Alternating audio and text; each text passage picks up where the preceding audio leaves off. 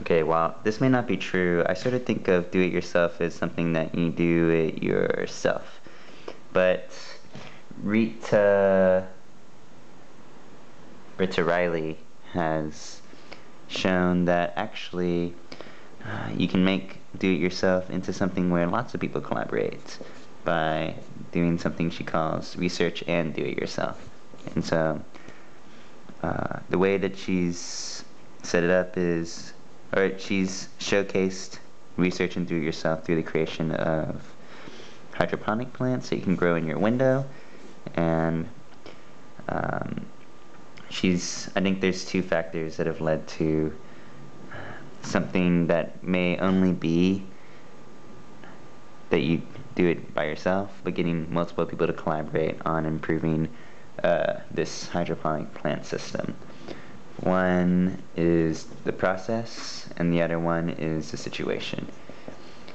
And these are the factors that led something to be researched and do yourself. So in terms of being open, there's three things. It takes place on the internet, so lots of people can access it. It also follows a testing philosophy, so that when people contribute to the site, they're actually doing it in a way that helps build the project. And then also there is the general process they use for sharing information. So for instance, in her 1.0 version, they had the system that they use along with information about the various problems that it had. So aside from it being open, there's also the situation, which is really important for gathering this sort of open collaboration. First, there's the kind of feedback that you get. So in the plant situation, you know whether it's healthy or not, and that way it's really clear what the results are.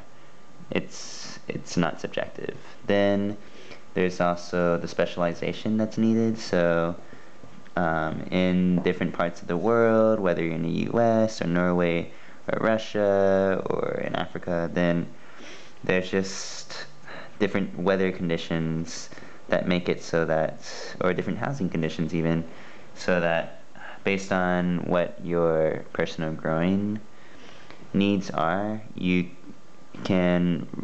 make a big difference on exactly what your system is. And so they even made some sort of LED lights for low light conditions. So the specialization just makes it so that there's a huge opportunity for this collaboration to actually be really useful.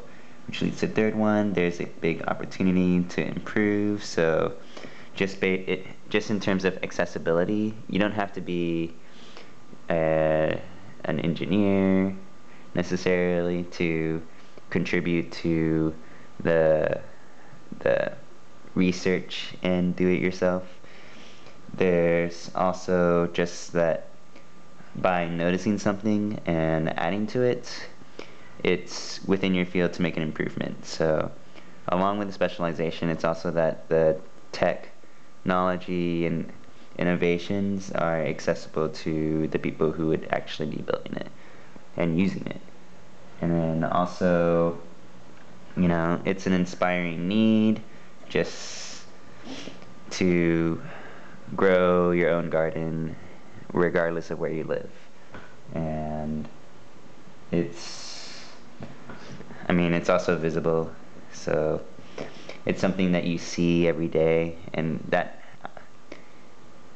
further encourages people to keep on working on it. It's a constant project, and so it's something, once you commit to it and once you really get going, it becomes an ongoing part of continued improvement. And so in terms of making something from just do it yourself and just one single person to getting this collaborative group going, I think the two things that make a difference are this openness as well as the right situation to allow this open collaboration to actually contribute something really useful.